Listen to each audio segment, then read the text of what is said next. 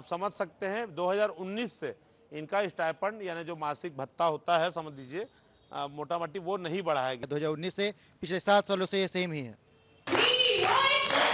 लड़कियां स्पेशली इनको हॉस्टल में रहने के लिए रूम नहीं मिलता तो बाहर रहते हैं। फिर अगर कोई बाहर रह रहा है तो उसको आने जाने का खर्चा होता है। महंगाई के इसमें अगर स्टूडेंट जो अपने स्टडी से अगर पैसा नहीं बना पा रहा है तो वो स्टडी कोई काम की नहीं है। छत्तीसगढ़ के एकमात्र शासकीय डेंटल कॉलेज के छात्र पिछले 6 दिन से हड़ताल पर हैं। आप पीछे देखेंगे बड़ी लंबी कतार है, ये भावी डॉक्टर्स हैं, लेकिन पढ़ाई लिखाई और ट्रेनिंग छोड़कर इन्हें हड़ताल करना पड़ रहा है। कारण आप इनके हाथ में जो पोस्टर्स हैं उन्हें देखकर आप समझ सकते हैं। 2019 से इनका स्टाइपेंड यानी जो मासिक भत्ता होता है, समझ लीजिए मोटा मोटी, वो नहीं बढ़ाया गया है। जबकि 2019 से कितनी महंगाई बढ़ गई है, बहुत सारी अन्य समस्याएं, हॉस्टल्स भी यहाँ पर नहीं हैं, मेडिकल इंफ्रास्ट्रक्चर डेंटल कॉलेज का काफ़ी खराब है। तो क्यों हड़ताल कर रहे हैं, क्या मांगे हैं, सरकार से क्या कोई मिलने आया है, पूछेंगे। क्या प्राथमिक मांगे क्या है आप लोग? हमारी प्राथमिक मांग जो है वो हमारे स्टाइपेंड की है। जो शिष्यवृत्ति हमें मिलती है उसमें जो असमानता है उस बारे में हम अपनी मांग रख रहे हैं गवर्नमेंट के सामने। पहले भी हमने देखा हुआ है, जो मेडिकल वाले हैं, आयुर्वेदिक, यूनानी, होम्योपैथी, सबका स्टाइपेंड बढ़ा दिया गया है। बट पहली बार हिस्ट्री में ऐसा हुआ है कि हमारे डेंटल कॉलेज को पीछे छोड़ दिया गया है। कब से नहीं बढ़ा है? 2019 के बाद से इस पर कोई भी चेंज नहीं किया गया है। 2019 से पिछले 7 सालों से ये सेम ही है। ये स्टाइपेंड पर क्या क्या डिपेंडेंसी रहती, क्या क्या खर्चे निकालते हैं? इससे हम अपने रहने खाने के खर्चे, जो हमें हॉस्टल में बहुत बच्चे हैं जिनको हॉस्टल में लड़कियां स्पेशली इनको हॉस्टल में रहने के लिए रूम नहीं मिलता तो बाहर रहते हैं। फिर अगर कोई बाहर रह रहा है तो उसको आने जाने का खर्चा होता है, बाहर खाने पीने का खर्चा है। अगर कोई मैस जो हॉस्टल में खुलता है उसके खर्चे कम होते हैं, लेकिन वही अगर तुम्हें बाहर लेके खाना है तो आप समझ सकते हैं बाहर खर्चा कितना है। तो पर मंथ किसी का भी कोई बाहर रहे तो 15 से 20 हज़ार तो आपने एक्सपेंस फॉल लगा के रखी है, काफ़ी महंगा सामान दिख रहा है। मतलब ये सामान आप लोगों को खुद लेना पड़ता है, तो फिर स्टाइपेंड में बचता क्या होगा? एक उदाहरण देके बताइए थोड़ा सा। जैसे हमारे पास हम पीजी स्टूडेंट है, हमारा हर साल में 2 कॉन्फ्रेंस तो हमारे गवर्नमेंट की तरफ से कंपलसरी 2 कॉन्फ्रेंस जाना पड़ता है। आप किसी भी कॉन्फ्रेंस का रजिस्ट्रेशन भी पकड़ लीजिए तो 15 से 20 हज़ार रुपये सिर्फ रजिस्ट्रेशन होता है। फिर आने जाने का खर्चा, जो कि हमें इतना लीव नहीं मिलता है, हमें फ़्लाइट से आना जाना पड़ता है मजबूरी में। ऐसा नहीं है कि यहाँ आप विश्वास नहीं करेंगे, यहाँ पे एडमिशन लेने के बाद पहली बार ऐसा हुआ है कि मुझे फ़्लाइट से आना जाना पड़ा। क्यों? क्योंकि लीव नहीं मिलता है। आपको 3 दिन का कॉन्फ्रेंस है तो आपको 3 दिन का ही लीव मिलता है। ठीक है, तो ये सब से आना जाना मिला। स्टडीज की कॉन्फ्रेंस के लिए भी लीव नहीं मिलता है। खर्चा क्या क्या है? और मंथली खर्चा, जो रिकरिंग खर्चा, पढ़ाई के लिए, ट्रेनिंग के लिए इक्विपमेंट लगते होंगे। इक्विपमेंट्स में खर्चा होता है, हमारे थीसिस का खर्चा होता है, पेशेंट करते वक्त अगर हमें कुछ नए टेक्नोलॉजी सीखनी है, इम्प्लांट लगाना है पेशेंट में, तो वो अगर करना है तो कॉलेज से हमें प्रोवाइड नहीं होता है। वो हमें खुद अपने हाथ से लगाएंगे तो सीख पाएंगे, वरना। महंगाई की बात करें तो 2019 से देखेंगे, आटा हो, तेल हो, शक्कर हो, हर चीज़ का तो भाव बढ़ गया है। आप लोग का बस स्टाइपेंड नहीं बढ़ रहा है। कितनी परेशानी झेल रहे हैं आप लोग? बहुत परेशानी है सर, क्योंकि मैं दूसरे स्टेट से बिलोंग करती हूँ, मैं हॉस्टल में नहीं रहती हूँ। मुझे फर्स्ट टाइम में हॉस्टल अलॉट नहीं किया गया था। अच्छा, यहाँ से नहीं दिया गया? हाँ, यहाँ से हॉस्टल नहीं किया गया था अलॉट, और मैं बाहर रहती हूँ।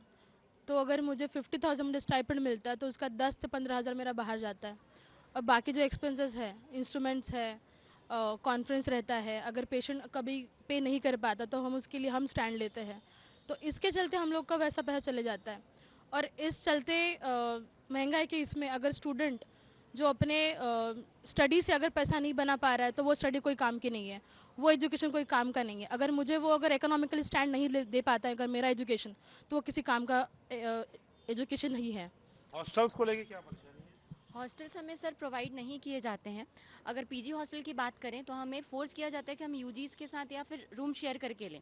हमारा जो पीजीज़ है, हमें शॉर्ट स्टडी भी करना होता है, हमें थीसिस करना होता है, हमें पेशेंट भी देखना होता है। मतलब हमारा एकेडमिक वर्क प्लस हमारा क्लिनिकल वर्क बोथ होता है।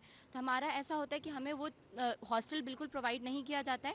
हमें पहले तो 6 महीने बाहर रहना पड़ता है, उसके बाद हमें हॉस्टल प्रोवाइड किया जाता है। अगर आप जाके हॉस्टल की स्थिति देखें, हॉस्टल की स्थिति बिल्कुल ही अच्छी नहीं है सर। बड़े खर्चे क्या क्या हैं? जैसे सुनने में तो ऐसा लगता है डेंटल मतलब लोग शायद समझते ना हो, बड़े खर्चे क्या हैं जो मेडिकल स्टडीज़ में होते हैं, जो स्टाइपेंड से भी शायद पूरे ना पड़ते हो, कि स्टाइपेंड से बच जाता है पैसा? नहीं सर, स्टाइफन से बचता नहीं है। मुझे ऐसा लगता है कि पहले लगता था कि पीजी में अगर हम जाएंगे तो हमारे पास पैसे होंगे, बट अगर आप असलियत देखें तो हमारे पास शायद 5-6 हज़ार किसी भी पीजी स्टूडेंट के पास महीने में बचता होगा। वो भी नहीं बचता होगा उन्हें। सर अगर हम देखें हमारे डेंटिस्ट्री में 9 ब्रांच है सर। तो 9 ब्रांच में अगर हम देखें तो सारे पीजीज़ के अलग अलग फैसिलिटीज़ हैं। मैं एग्जांपल के तौर पे समझाना चाहूँगी। सबसे पहले दांत का दर्द होता है, अगर दांत में सड़न होती है, हमें उस सड़न को निकाल के उसमें आम भाषा में बोला जाए मसाला, बट हमारे भाषा में बोले जाए डेंटल जो मटेरियल होता है वो रखना होता है। पहले उसका खर्चा, उसके बाद आरसीटी के नए नए इंस्ट्रूमेंट, आरसीटी के बाद अगर वो दांत निकल गया है तो हमें उसके रिप्लेसमेंट में जो प्रोसेसेस होती है उसके लिए अलग अलग चीज़ें, अलग अलग मटेरियल्स आते हैं। अगर हम उनकी बात करें, उसके बाद भी जो वो मटेरियल से अगर हम नकली दांत बना रहे हैं उसके लिए इंस्ट्रूमेंट्स होते हैं सर, जैसे हनाओ आर्टिकुलेटर है, लूप्स है, जो हमें पेशेंट में काम करने में मदद करती है। अगर हम उसका एक्सपेंसेस देखें, हनाओ आर्टिकुलेटर का ही देखें या फिर बायो आर्ट का देखें, 50 से 60 हज़ार वो है, 1 से 1.5 लाख में आपका लूप। आप लोग को उठाना पड़ता है? जी सर। तो क्यों उठाएगा? फिर छात्र भी तो इलाज ही नहीं करेगा वो तो। नहीं सर, अगर हमें सीखना है तो हमें ये उठाना पड़ेगा। तो अगर हम ये देखें कि हमें सरकार हमें प्रोवाइड करे तो वो आपका टाइमलाइन तो दिख नहीं रहा है कि हमें इतने पैसे हमें मिल जाएंगे, या इक्विपमेंट की बात हुई। अगर मैं यहाँ बोलूँ कि ये इक्विपमेंट नहीं है, क्या सरकार ऐसा हो सकता है कि कल के कल मुझे प्रोवाइड कर दे? ऐसा नहीं हो सकता है सर। तो हमें अगर इस शिष्यवृत्ति के रूप में थोड़ी वृद्धि कर दी जाती है तो हम चीज़ें और अच्छे से कर पाएंगे और पेशेंट का भी इलाज अच्छे से कर पाएंगे। टेबल में आपको दिखा दूँ, एक्सप्रेस फॉल अब समझ में आ रहा है जो इन्होंने बना के रखा है। ये वैक्स जो दांत में लगाते हैं, जो फ्लास्क होता है, तार आप देखेंगे साफ करते हैं, तो ये तमाम चीज़ें, रेट आप देखिए सब हज़ारों में, 6,000, 5,000, 30,000, सवा लाख रुपए का सब कुछ है। ये यूनानी चिकित्सा तक का बढ़ गया है। हम उसे कोई नीचा नहीं दिखा रहे हैं, लेकिन मतलब यूनानी पद्धति का भी स्टाइपेंड बढ़ गया है। आपको लगता नहीं कि डेंटल से पक्षपात हो रहा है कुछ ऐसा? बिल्कुल लगता है कि डेंटल से पक्षपात हो रहा है। अगर उनका बढ़ गया है, 2023 में एमबीबीएस के जो पीजी हैं उनका बढ़ गया, 2024 में यूनानी वालों का भी बढ़ गया, तो हमारा क्यों नहीं बढ़ रहा है? ये तो इक्वालिटी की बात आ गई, ये तो बराबरी की बात आ गई कि हम उनसे नीचे हैं और वो हमसे ऊपर हैं। तो ये तो बहुत ही गलत है। जो हमें अभी जानकारी मिल रही है कि सीएमई से भी लेटर ऊपर जा चुका है शायद।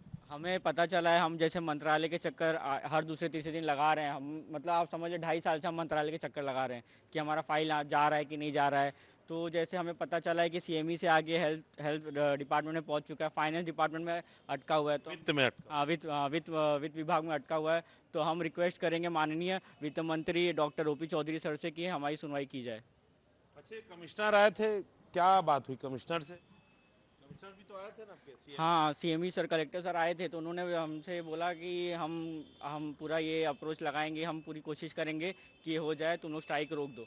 लेकिन सर उनका कहना था कि कोई टाइमलाइन नहीं दे रहे हैं सर। सब यही बोल रहे हैं कि हाँ बढ़ जाएगा, बट कोई टाइमलाइन नहीं है सर। उनका टाइमलाइन नहीं है, बट हमारा टाइमलाइन है। हम यहाँ 3 साल हैं, इसके बाद हम निकल जाने वाले। एटलीस्ट हमें टाइमलाइन बता दिया जाए कि कब तक हमारी बढ़ोतरी होगी। ये कोई भी नहीं बोल रहा है, कोई टाइमलाइन नहीं दे रहा है। और जहाँ तक आश्वासन की बात है, हम 2.5 साल से सिर्फ आश्वासन ही ले रहे हैं, ठीक है। हम आज भी किसी के पास भी जाते हैं तो हमें कोई मुंह पे मना नहीं करता है कि हम नहीं बढ़ाएंगे, सब आश्वासन दे रहे हैं। तो हम अब कैसे मान ले कि ये आश्वासन जो आज दे रहे हैं और जो 2.5 साल पहले दिए थे उसमें कुछ फ़र्क होगा? तो हम, हमारा बस यही है कि हम तो कोशिश यही कर रहे हैं कि हम पीसफुली स्ट्राइक करें, पीसफुली आगे सब कुछ लेके जाएं।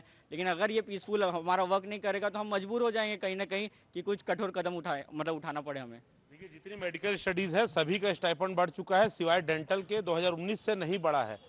बच्चे हैं, डॉक्टर, भावी भविष्य के डॉक्टर हैं, ये सोचिए कि पढ़ाई लिखाई छोड़कर हड़ताल पर मजबूर है। आज पैदल मार्च किया है, कल उग्र प्रदर्शन की बात कर रहे हैं। यहाँ से हमारी पॉजिटिव रिप्लाई चला गया है शासन की तरफ से, और शासन की तरफ से भी उच्च ऑफिस में सीएमई ऑफिस से भी उच्च स्तर पे फाइल मूव कर रही है। जहाँ तक संभावना है कि जल्द ही मुझे उम्मीद है कि जल्दी कोई निर्णय होगा शासन की तरफ से। सर, आमतौर पर जो हम देखते आए हैं दशकों में, सभी जो कॉलेजेस है मेडिकल स्टडीज का, इसका स्टाइपेंड एक साथ ही बढ़ता है। ये इस बार पहली बार देखने को मिल रहा है कि छूट गया डेंटल।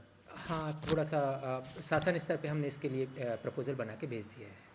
चूँकि रेजिडेंट और जूनियर डॉक्टर्स बैठे हैं हड़ताल पर, तो इसका इलाज पर भी प्रभाव पड़ रहा है सर? जो भी डॉक्टर्स एकेडमिक एक्टिविटीज़ में भी थे उनको भी मैंने क्लिनिक में कर दिया है।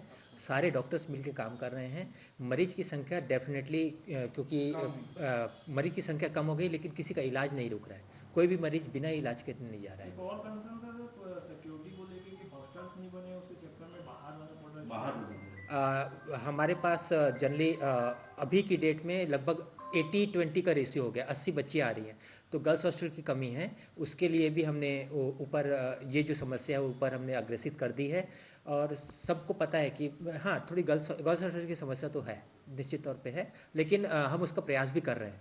सर ये अनिश्चितकालीन हड़ताल पे रहेंगे तो क्या ऊपर आपकी बात हुई है सीएमई में इस संदर्भ में? ये तो छोड़ेंगे ही नहीं बोल रहे। माननीय आयुक्त महोदय स्वयं संडे को आए थे, सौहार्दपूर्ण ढंग से बहुत अच्छी सी बात हुई है उनकी, और उन्होंने भी बहुत अच्छा पॉजिटिव रिस्पांस दिया है और बच्चों से रिक्वेस्ट भी की थी, बच्चों को समझाया भी था कि अपने हड़ताल छोड़ें, शासन इस पर गंभीरता से विचार कर रही है। आयुक्त महोदय स्वयं आए थे। टाइम को लिमिट नहीं बताया, शासन इस स्तर पर फैलेंगे। ओपी चौधरी जी वित्त मंत्री हैं, स्वास्थ्य मंत्री हमारे काफ़ी सेंसिटिव हैं, श्याम बिहारी जायसवाल जी। उम्मीद करते हैं इस रिपोर्ट के बाद जरूर सुनवाई होगी, इनकी समस्या जल्द से जल्द खत्म होगी। कैमरा अजय गुर्जर के साथ संदीप शुक्ला, IBC 24 रायपुर से।